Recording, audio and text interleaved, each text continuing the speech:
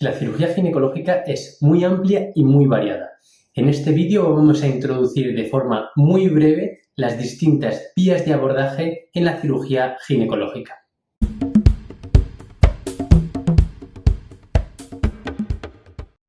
En el vídeo de hoy vamos a explicar muy brevemente y de una forma orientada para los estudiantes en qué consisten los principales procedimientos ginecológicos en nuestra cirugía.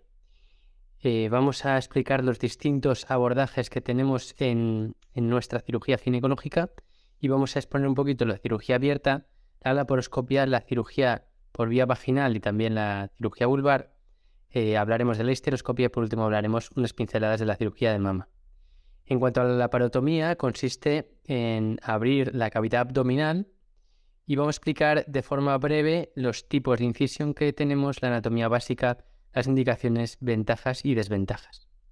En cuanto a los tipos de incisión, la incisión que más frecuentemente realizamos en ginecología es la incisión transversal.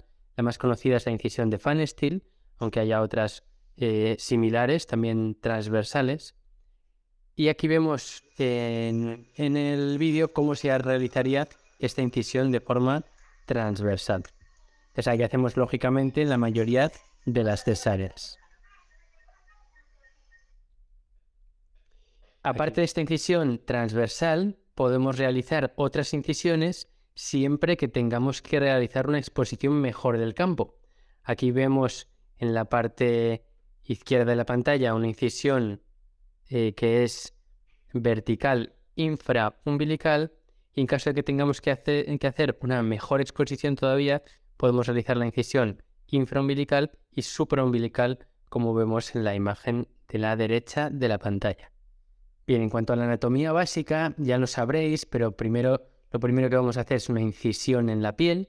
Justo debajo tendremos el tejido celular subcutáneo. Por debajo de este tejido celular subcutáneo o grasa tenemos la fascia, que es la parte que recubre todo el abdomen y que le da la consistencia fuerte.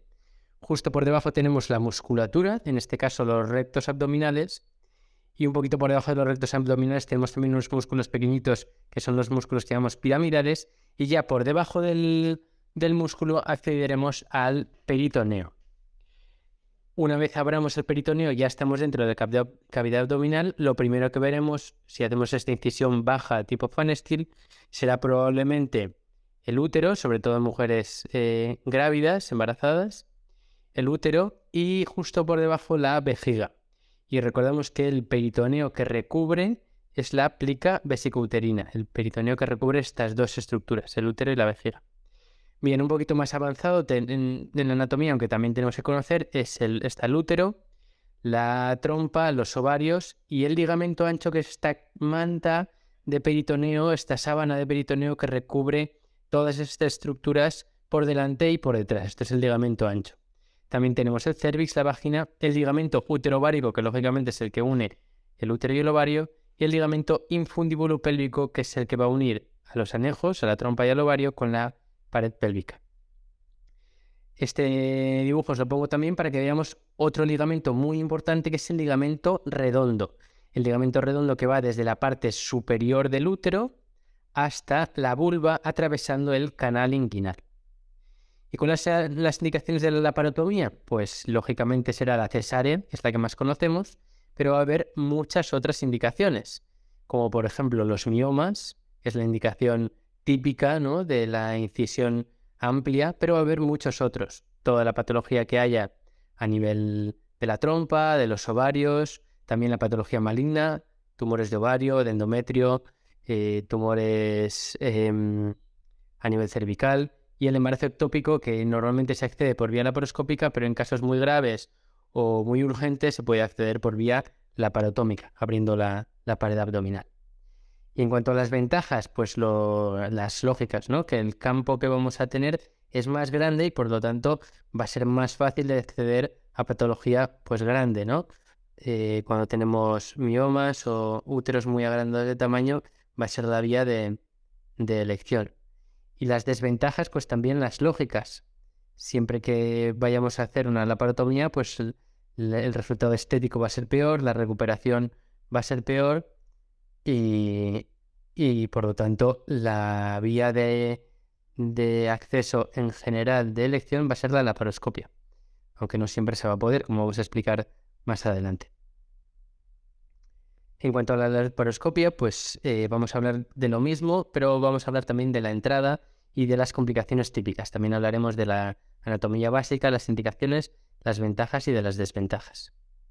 Bien, para realizar una laparoscopia lo que tenemos que hacer es llenar la tripa de un gas, en este caso va a ser de CO2, y para hacer esto lo que haremos será realizar una de las múltiples técnicas que tenemos de entrada. En este caso en el vídeo vemos la introducción mediante una aguja de Veres del neumoperitoneo para poder meter después una cámara y poder ver, pero existen otras técnicas como la minilaparotomía o como la entrada directa. Pero bueno, con lo que os tenéis que quedar es que vamos a hacer un agujerito normalmente en el ombligo, aunque puede ser en otros sitios, para meter aire en la cavidad abdominal y así poder meter la cámara, como vemos aquí. Y en cuanto a la anatomía básica, pues es un poco igual que en la laparotomía, aunque desde un punto de vista distinto. Vamos a estar viéndolo desde el ombligo, la mayoría de las veces. La anatomía que vamos a ver, por lo tanto, es esta. Vamos a ver aquí el útero, justo por encima veremos la vejiga. Recordad que tenemos también, bueno, aquí veis la trompa y los ovarios, y recordad el ligamento redondo del que hemos hablado anteriormente, que es este ligamento que va desde el fondo uterino hacia la vulva, hacia los labios mayores, a través del canal inguinal. ¿Vale? Lo vemos aquí muy bien.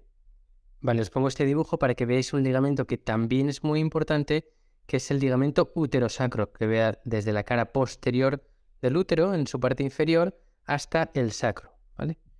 Bien, en cuanto a las indicaciones, pues serán en general las mismas que las indicaciones que tendremos en la vía abierta, siempre que sea posible la vía laparoscópica. Por lo tanto, normalmente son cirugías, no digo menos complejas, pero sí patología más pequeña. O sea, no siempre va a ser posible acceder por vía laparoscópica. Pero las indicaciones son más o menos las mismas que hemos explicado en la laparotomía.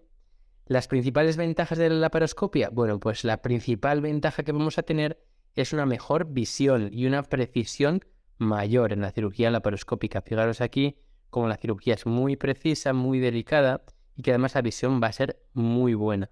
Vamos a poder acceder a ciertos recovecos y vamos a poder ampliar la imagen, cosa que con la cirugía abierta pues no vamos a poder, ¿vale?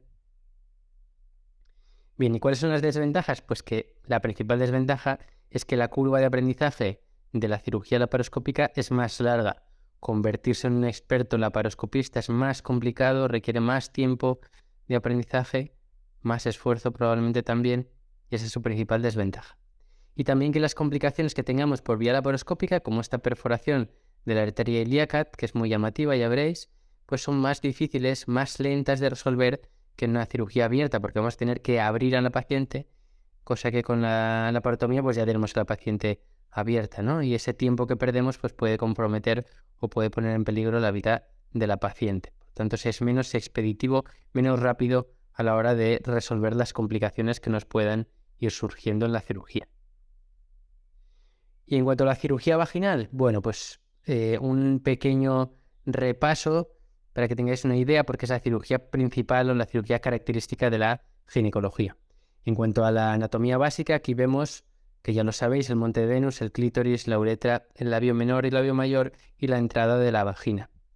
Y cuando coloquemos el espéculo, lo que vamos a ver va a ser las paredes de la vagina y en el fondo vamos a ser capaces de identificar el cérvix. Sí que tienes que tener claro cómo es la anatomía vista desde abajo, que es igual, pero vista desde otro punto de vista. Vamos a tener detrás del cérvix el útero y por detrás del mismo el ovario con las trompas. Justo por encima vamos a tener la vejiga. En caso de que realicemos una histerectomía, que es una cirugía muy común, pues las estructuras están igual, pero de abajo a arriba. Aquí vemos las arterias y venas uterinas. Más arriba vamos a ver el ligamento redondo, que recordéis que está en el fondo del útero, ¿vale? Y en cuanto a las indicaciones, pues la clásica, la más típica, es la histerectomía por vía vaginal, que es la cirugía que hacemos característicamente cuando tenemos un prolapso vaginal, como vemos en el dibujo. Pero hay muchas otras indicaciones. En este caso también es una cirugía vaginal, pero no estamos haciendo una histerectomía, sino que estamos haciendo una cleisis. Estamos cerrando la vagina para que no salgan los órganos pélvicos a través de ella. Pero vamos, lo quiero que os quedéis es que por vía vaginal se pueden hacer muchas cirugías, también cirugía de la incontinencia y otro tipo de cirugías. Aquí vemos también cirugía del prolapso, aquí un cistocele o prolapso anterior. Y en la imagen de la derecha, o en el dibujo de la derecha, una plastia posterior que hemos utilizado para reparar un rectocele o prolapso posterior. Vale. Otras cirugías que podemos hacer son también la reparación de malformaciones a nivel vaginal, como este tabique vaginal, que puede, y de hecho suele estar relacionado con malformaciones a nivel uterino. Y también los pólipos prolapsados, ya sean pólipos cervicales o pólipos endometriales, que pueden prolapsar hasta fuera del cervix y simplemente los tendremos que retorcer, que torsionar hasta extirparlos. Como no tienen terminaciones nerviosas, el endometrio no tiene terminaciones nerviosas, por lo tanto va a ser indoloro para la paciente. Y otra cirugía que podemos hacer muy típica es el cono, la conización, que la utilizaremos en pacientes que tengan una lesión de alto grado. Primero les hacemos la citología, si sale alterada hacemos una colposcopia y las zonas sospechosas las biopsiamos. Cuando tengamos una lesión de alto grado, es decir, un CIN 1 o CIN 2, haremos una conización, que es diagnóstica y terapéutica. Y aquí la vemos, es una cirugía, entre comillas, que se puede realizar también en la consulta con una anestesia local y que dura muy poquito. Esto es en tiempo real, en 20-30 segundos tenemos la conización hecha, ¿vale? Y puede ser, ya decimos, terapéutica incluso de carcinomas microinvasores, ¿eh? Pero vamos, que es una cosa muy sencilla y aquí ya tendríamos hecha la conización. Otro tipo de cirugía ya a nivel vulvar, pues es la cirugía de la glándula de Bartolino.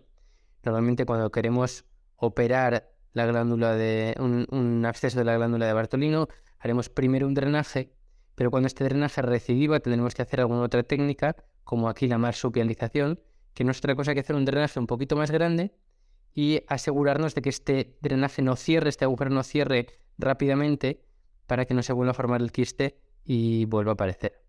Y las ventajas de la cirugía vaginal, pues lógicamente es que la recuperación es muy buena, incluso en pacientes ancianas que no tolerarían la vía abdominal, en 1, 2, 3 días están haciendo vida completamente normal y tienen una recuperación francamente muy buena, por lo tanto son las mejores candidatas.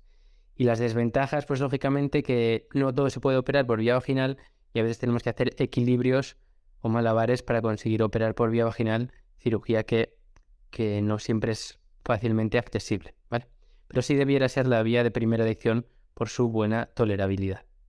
Y en cuanto a la histeroscopia, no es otra cosa más que meter una camarita dentro del útero y a través de esta camarita muchas veces podemos operar incluso a las pacientes, si la patología lo permite. Normalmente utilizamos histeroscopios rígidos, no como este que es flexible, rígidos, porque a través de ellos podremos utilizar también pues instrumentos muy pequeñitos con los que podemos resolver la patología que vayamos diagnosticando, ¿vale? Voy a enseñaros ahora una imagen sobre cómo se entra, pero fijaros cómo es el aparato, el histeroscopio, que puede ser muy pequeñito como este, para hacer una histeroscopia diagnóstica sin anestesia, o un poquito más grueso si queremos ya realizar cirugías un poquito más complejas y utilizar instrumental un poquito más grueso. Y eso ya tendrá que ser con anestesia y en quirófano. ¿Vale? Estas son las dos variantes. Y aquí vemos cómo entramos a través del canal cervical, que es esto, ya estamos atravesando el canal cervical, y llegamos a la cavidad uterina, en este caso ocupada por un pólipo bastante grande, que vemos aquí. Este medirá pues 1,5 centímetros o 2 centímetros. ¿Vale? La imagen está muy agrandada, ¿eh? No penséis que es tan grande. Bien, y en cuanto a la anatomía básica, pues ya sabéis, ahí vemos el fondo uterino y a los dos lados veremos los orificios tubáricos derecho e izquierdo, que se ven muy bien en este caso. Y las indicaciones, pues todas aquellas patologías que estén dentro del útero y que por tanto sean accesibles a través de la histeroscopia. Las ventajas es la muy buena recuperación, son pacientes que en el mismo día se van a casa, a pesar de que hayamos hecho incluso intervenciones más complejas, en ese mismo día se pueden ir a casa y por lo tanto la recuperación es francamente muy buena. Sin embargo, la principal desventaja pues es que no todo lo vamos a poder operar por vía histeroscópica. La patología que quede fuera de la cavidad endometrial o uterina, aunque sea perteneciente al útero, no vamos a poder acceder a ella, no vamos a poder operarla por vía histeroscópica. En cuanto a la cirugía de la mama, pues muy importante saber qué es la areola y qué es el pezón, y que se llama areola y no aureola, que mucha gente lo confunde. ¿Y qué vamos a operar en la mama? Pues vamos a operar tumores, lo que se llaman tumorectomías o cuadrantectomías, o en casos ya de patología más avanzada, pues la típica mastectomía en la que quitamos la mama por completo, con sus distintas variantes, pero no las tenéis que saber. Sí que os enseño esta imagen de un tumor muy avanzado en el que realizamos una mastectomía. Y quiero que sepáis también que podemos hacer un vaciado axilar o linfadenectomía, que en general o que mayormente en gran medida está siendo sustituida por la detección del ganglio centinela, que consiste en inyectar un trazador, ya sea un radiotrazador o un colorante como el azul de metileno, o ambos en muchas ocasiones, y buscar, lo podemos inyectar o en el tumor o en la areola, y buscar cuál es la migración. Vamos a buscar los ganglios a los que migra principalmente este trazador, este colorante.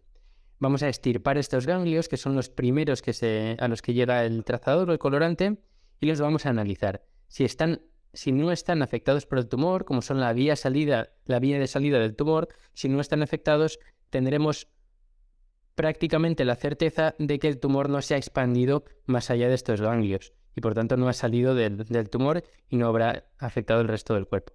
Sin embargo, si sí que están afectados estos ganglios que llamamos centinelas, pues entonces sí que tendremos que pensar que a lo mejor el tumor se ha expandido. Y en cuanto a las complicaciones, aquí vemos un hematoma, que es muy típico de la cirugía de la mama, porque al ser un tejido laxo, pues es muy fácil que forme hematomas o linfedemas. Esto es todo. Muchas gracias por vuestra atención, y cualquier duda nos podéis preguntar. No olvides visitar nuestra página web, aulaginecología.com. Recuerda que todo el contenido es absolutamente gratuito. Vídeos, PDFs para seguir las clases, podcast, preguntas test. Además, con la suscripción, que también es gratuita, te enviaremos quincenalmente todas las novedades que hayamos publicado. Nos vemos pronto en aulaginecología.com.